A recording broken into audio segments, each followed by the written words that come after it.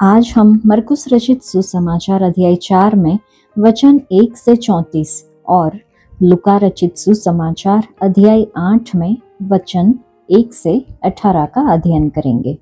मरकुस रचित सुसमाचार अध्याय 4 में वचन 1 से 34। वह फिर झील के किनारे उपदेश देने लगा और ऐसी बड़ी भीड़ उसके पास इकट्ठी हो गई कि वह झील में एक नाव पर चढ़कर बैठ गया और सारी भीड़ भूमि पर झील के किनारे खड़ी रही और वह उन्हें दृष्टांतों में बहुत सी बातें सिखाने लगा और अपने उपदेश में उनसे कहा, सुनो, एक बोने वाला बीज बोने निकला।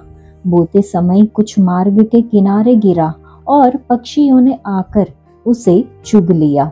कुछ पथरीली भूमि पर गिरा जहां उसको बहुत मिट्टी न मिली और गहरी मिट्टी न मिलने के कारण जल्द उग आया और जब सूर्य निकला तो जल गया और जड़ न पकड़ने के कारण सूख गया।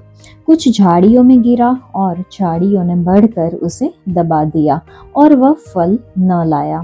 परंतु कुछ अच्छी भूमि पर गिरा और वह उगा और बढ़कर फलवंत हुआ और कोई 30 गुना, कोई 60 गुना और कोई 100 गुना फल लाया। तब उसने कहा, जिसके पास सुनने के लिए कान हो वह सुन ले। जब वह अकेला रह गया तो उसके साथियों ने उन 12 समेत उससे इन दृष्टांतों के विषय में पूछा। उसने उनसे कहा, तुमको तो परमेश्वर के राज्य के भेद की समझ दी गई है, परंतु बाहर वालों के लिए सब बातें दृष्टांतों में होती है, इसलिए कि वे देखते हुए देखे और उन्हें सुझाई न पड़े और सुनते हुए सुने भी और न समझे, ऐसा न हो कि वे फिरे और क्षमा किए जाए। फिर उसने उनसे कहा, क्या तुम ये दृष्टांत नहीं समझते? तो फिर और सब दृष्टांतों को कैसे समझोगे? बोने वाला वचन बोता है जो मार्ग के किनारे के हैं, जहाँ वचन बोया जाता है। ये वे है कि जब उन्होंने सुना तो शैतान तुरंत आकर वचन को जो उनमें बोया गया था उठा ले जाता है। वैसे ही जो पथरीली भूमि पर बोए जाते हैं, ये वे है जो वचन को सुनकर तुरंत आनंद से ग्रहण कर लेते हैं, परंतु अपने भीतर जड़ न रखने के कारण वे थोड़े ही दिनों के लिए रहते हैं। इसके बाद जब वचन के कारण उन पर क्लेश या उपद्रव होता है तो वे तुरंत ठोकर खाते हैं। जो झाड़ियों में बोए गए, ये वे हैं जिन्होंने वचन सुना और संसार की चिंता और धन का धोखा और अन्य वस्तुओं का लोभ उनमें समाकर वचन को दबा देता है और वह निष्फल रह जाता है। और जो अच्छी भूमि में बोए गए, ये वे हैं जो वचन सुनकर ग्रहण करते और फल लाते हैं, कोई 30 गुना, कोई 60 गुना और कोई 100 गुना। उसने उनसे कहा, क्या दिए को इसलिए लाते हैं कि पैमाने या खाट के नीचे रखा जाए? क्या इसलिए नहीं कि दीवट पर रखा जाए? क्योंकि कोई वस्तु छिपी नहीं, परंतु इसलिए है कि प्रकट हो जाए, और न कुछ गुप्त है, पर इसलिए है कि प्रकट हो जाए। यदि किसी के सुनने के कान हो तो वह सुन ले। फिर उसने उनसे कहा, चौकस रहो कि क्या सुनते हो। जिस नाप से तुम नापते हो उसी से तुम्हारे लिए भी नापा जाएगा और तुमको अधिक दिया जाएगा, क्योंकि जिसके पास है उसको दिया जाएगा और जिसके पास नहीं है उससे वह भी जो उसके पास है ले लिया जाएगा। फिर उसने कहा, परमेश्वर का राज्य ऐसा है जैसे कोई मनुष्य भूमि पर बीज छींटे और रात को सोए और दिन को जागे, और वह बीज ऐसे उगे और बढ़े कि वह न जाने।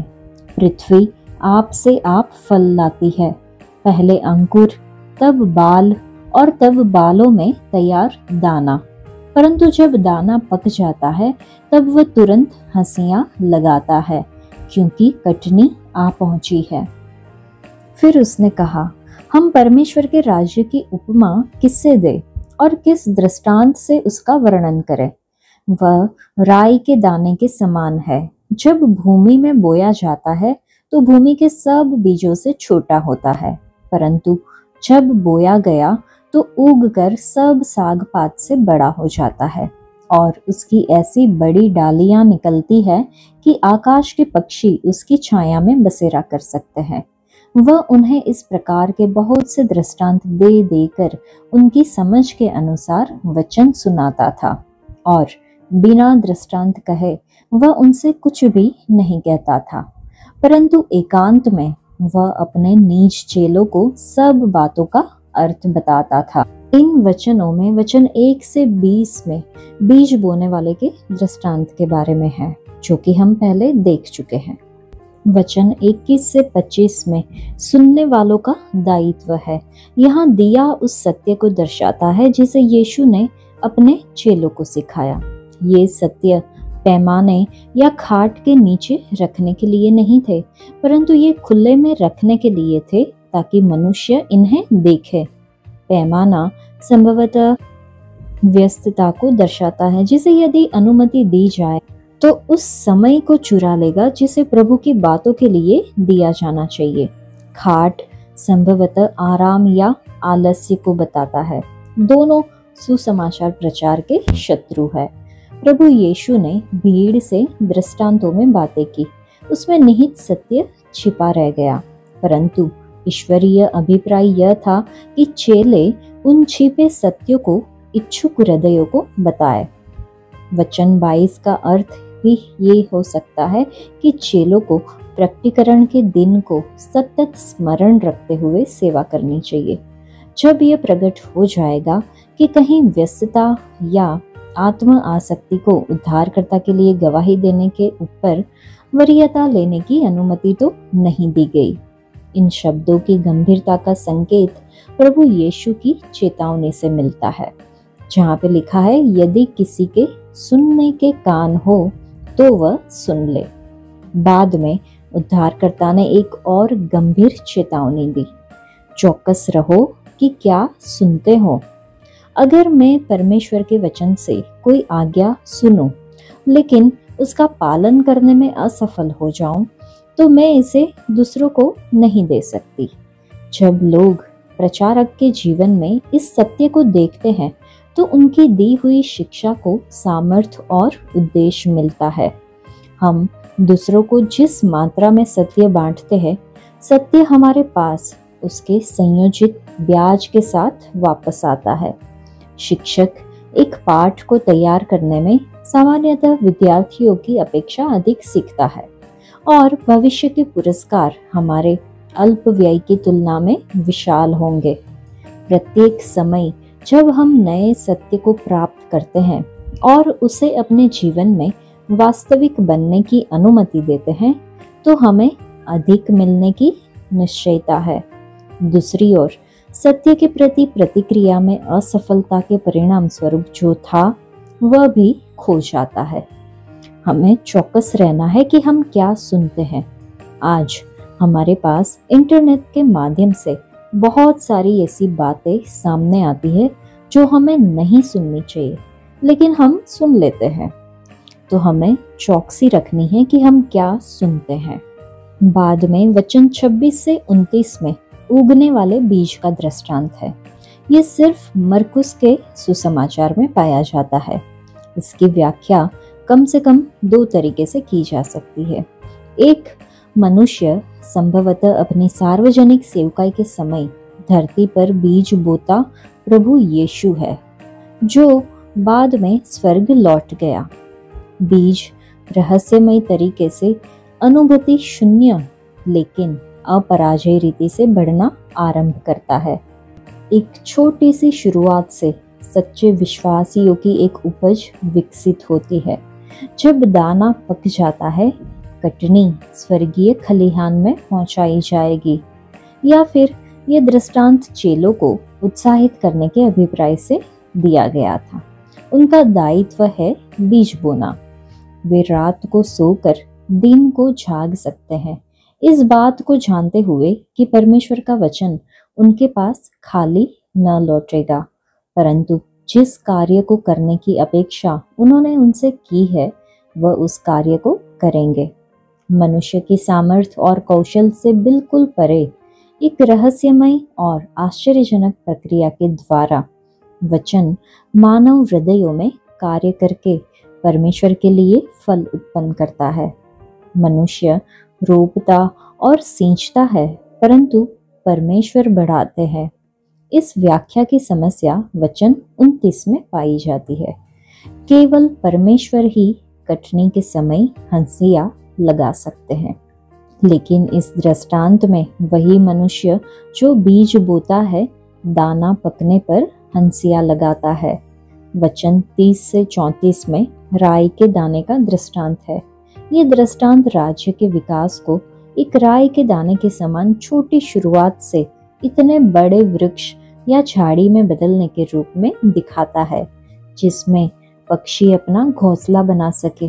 राज्य का आरंभ एक छोटे सताए हुए अल्पसंख्यकों के झुंड के साथ हुआ। बाद में यह अधिक लोकप्रिय हो गया और शासन द्वारा राज्य धर्म के रूप में अपनाया गया। यह विकास दर्शनीय परंतु विकृत था। इसमें सम्मिलित अधिकांश लोग राजा को होठों का बलिदान चढ़ाते थे, लेकिन वास्तव में उद्धार पाए हुए नहीं थे। इसलिए राई की झाड़ी तथाकथित मसीही जगत को चित्रित करती है, जो सब प्रकार के झूठे शिक्षकों के लिए घरौंदा बन चुकी है। यह राज्य का बाह्य रूप है, जैसा कि यह आज अस्तित्व में है। वचन 33 और 34 हमें सिखाते हैं कि एक महत्वपूर्ण सिद्धांत हम देख सकते हैं। प्रभु यीशु ने लोगों को उनकी समझ के अनुसार शिक्षा दी। उन्होंने उनके पूर्ववर्ती ज्ञान पर निर्माण किया। उन्होंने उन्हें आगे की शिक्षा देने से पहले एक पाठ को अपनाने का समय दिया।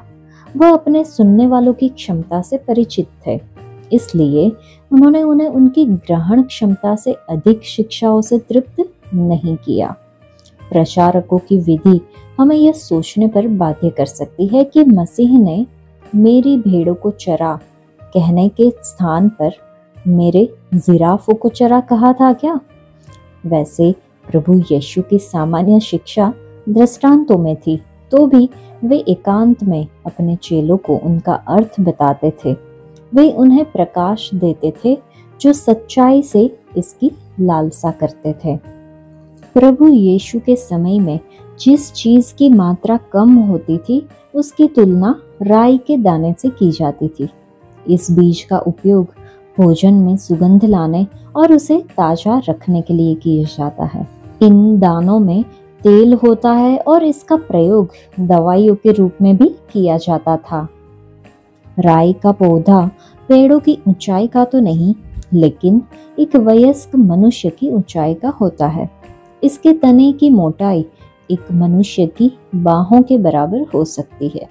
इसलिए जब प्रभु यीशु मसीह ने यह कहा कि राई का दाना बढ़कर पेड़ बन जाता है, तो यह बात बढ़ा चढ़ाकर नहीं की गई थी।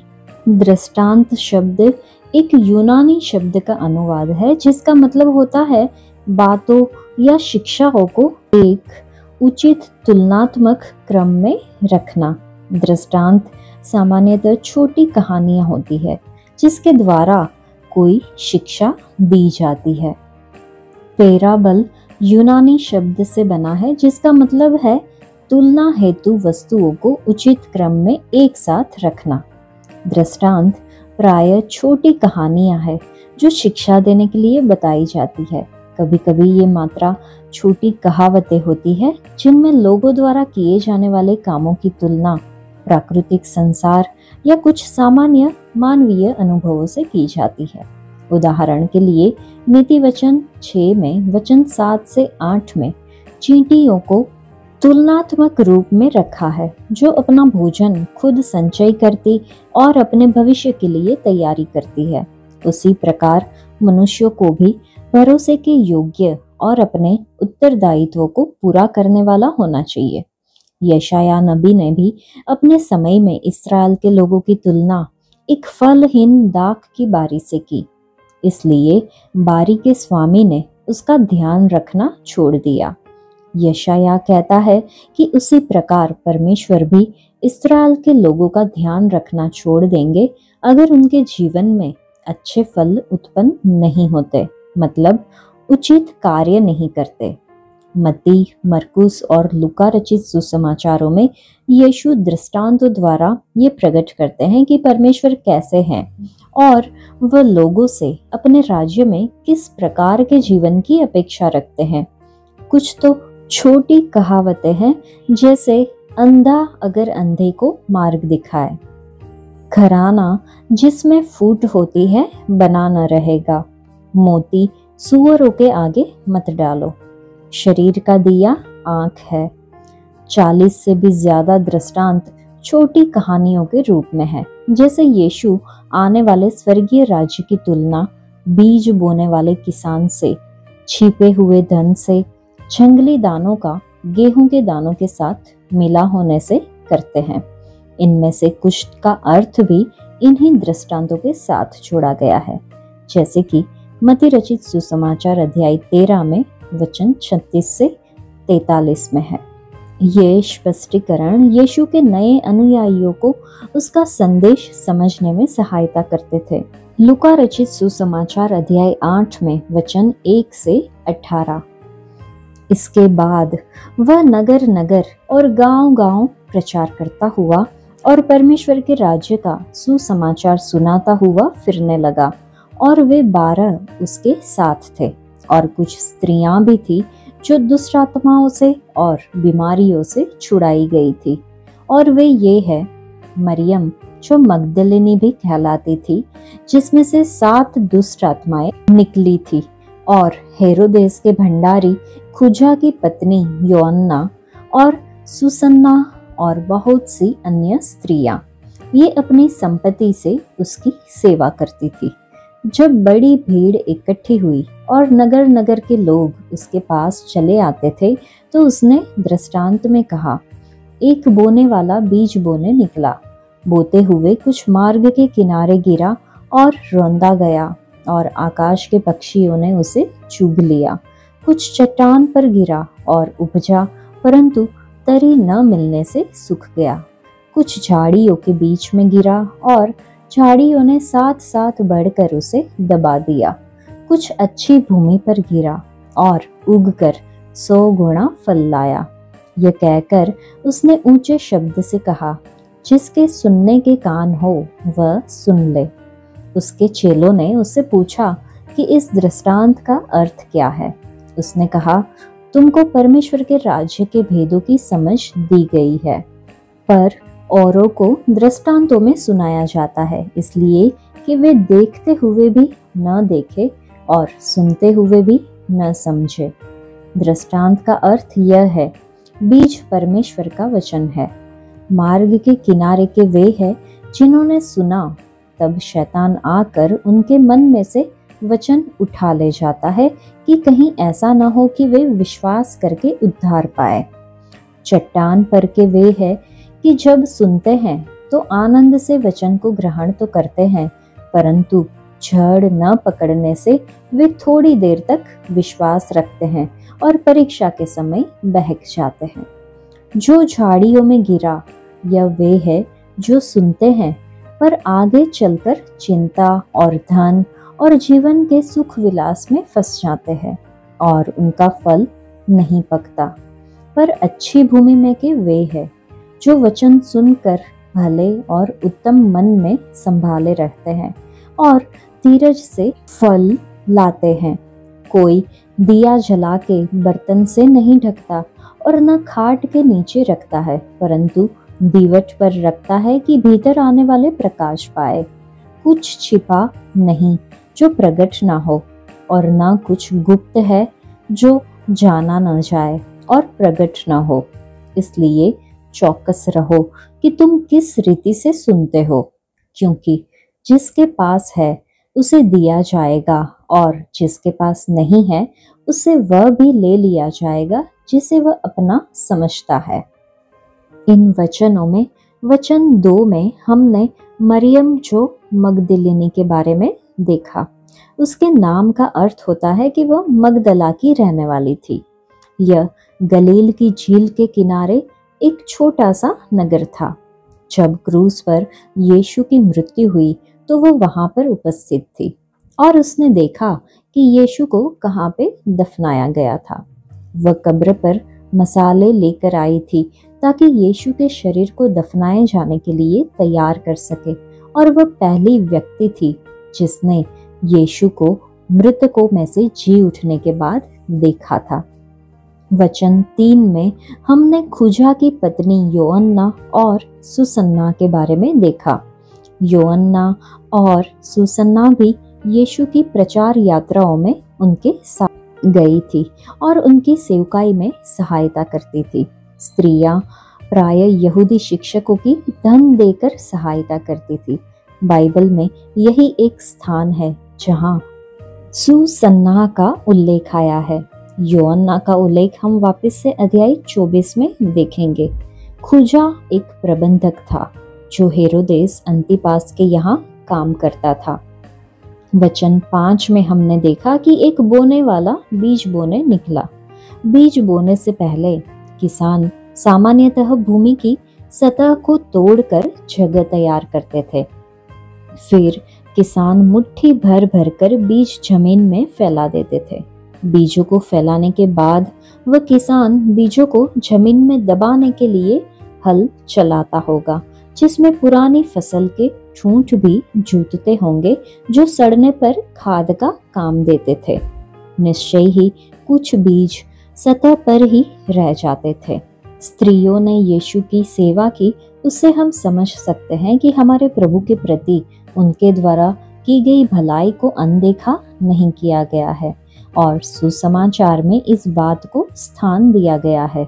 जब उन्होंने अपनी संपत्ति और धन को यीशु के साथ बांटा तो शायद ही उन्होंने ये सोचा होगा कि उनकी उदारता और पहुनाई के बारे में आने वाले सब समयों के लोग सुसमाचार में पढ़ेंगे। प्रभु की सेवकाई का विषय था परमेश्वर का राज्य। परमेश्वर के राज्य का अर्थ वह क्षेत्र है जो चाहे दृश्यमान हो या अदृश्य, जहां परमेश्वर की प्रभुता को स्वीकार किया जाता है। मत्ती ने इसी को स्वर्ग का राज्य कहा है, लेकिन दोनों एक ही है। इसका सीधा सीधा अर्थ यह है कि परम प्रधान परमेश्वर मनुष्यों के राज्य में प्रभुता करते हैं। नए नियम में परमेश्वर के राज्य की धारणा विभिन्न चरणों में विकसित हुई है। जैसे कि सबसे पहली बात, इस राज्य की घोषणा करते हुए यूहन्ना बपतिस्मा देने वाला ने कहा था कि यह निकट है। दूसरा, हम देखते हैं कि परमेश्वर का राज्य राजा के व्यक्तित्व में वास्तव में उपस्थित था। यह उसी राज्य का सुसमाचार था जिसकी घोषणा यीशु ने की। उसने अपने आप को इस्राएल के राजा के रूप में प्रस्तुत किया। बाद में हम देखते हैं कि परमेश्वर का राज्य इस्राएली जाति के द्वारा ठुकरा दिया गया। फिर वर्तमान में परमेश्वर का राज्य भेद के रूप में है। मसीह जो इस राज्य का राजा है, अस्थायी तौर पर यहाँ से अनुपस्थित है, लेकिन जगत में कुछ लोगों के हृदय में उसकी प्रभुता को स्वीकार किया जाता है। एक अर्थ में परमेश्वर के राज्य में वे सारे लोग शामिल हैं जो परमेश्वर की प्रभुता को स्वीकार करने का दावा करते हैं, भले ही उन्होंने सचमुच में मन न फिराया हो। ऊपरी तौर पर दावा करने का उदाहरण बीज और बीज बोने वाले के दृष्टांत में, गेहूं और जंगली दानों के दृष्टांत में, और बड़े जाल में मछली के दृष्टांत में मिलता है। लेकिन गहरे और सच्चे अर्थों में परमेश्वर के राज्य में वे ही लोग शामिल हैं जिन्होंने सचमुच में अपना मन फिराया है या जिन्होंने नया जन्म पाया है। यह भीतरी सच्चाई वाला क्षेत्र है। बाद में एक दिन अक्षरशः ये राज्य पृथ्वी पर स्थापित किया जाएगा और प्रभु यीशु राजाओं के राजा और प्रभुओं के प्रभु के रूप में 1000 वर्ष तक राज्य करेंगे। अंतिम चरण को हम हमारे प्रभु और उद्धारकर्ता यीशु मसीह के अनंत राज्य के रूप में जानते हैं। यह अनंत काल तक बने रहने वाला राज्य है। वचन 17 को पढ़कर ऐसा लगता है कि अगर हम संदेश को अपनी व्यस्तता या आलस के कारण सीमित कर दे तो हमारी लापरवाही और असफलता सामने आ जाएगी। सच्चाई को छिपाने से यह प्रकट हो जाएगी और इसे गुप्त रखने से यह जान ली जाएगी। इसलिए हमें सावधान रहना है कि हम किस रीति से सुनते हैं। अगर हम दूसरों के साथ सच्चाई को बांटने में विश्वास योग्य है, तब परमेश्वर हम पर नई और अधिक गहरी सच्चाइयों को प्रकट करेंगे। वहीं दूसरी ओर अगर हमारे भीतर सुसमाचार सुनाने का उत्साह नहीं है, तो परमेश्वर हमें उस सत्य से वंचित कर देंगे जिसे हम सोचते हैं कि यह हमारे पास है। अगर हम इसका उपयोग नहीं करेंगे तो इसे हम खो देंगे। आज के लिए इतना ही। परमेश्वर आप सबको आशीष दे। धन्यवाद।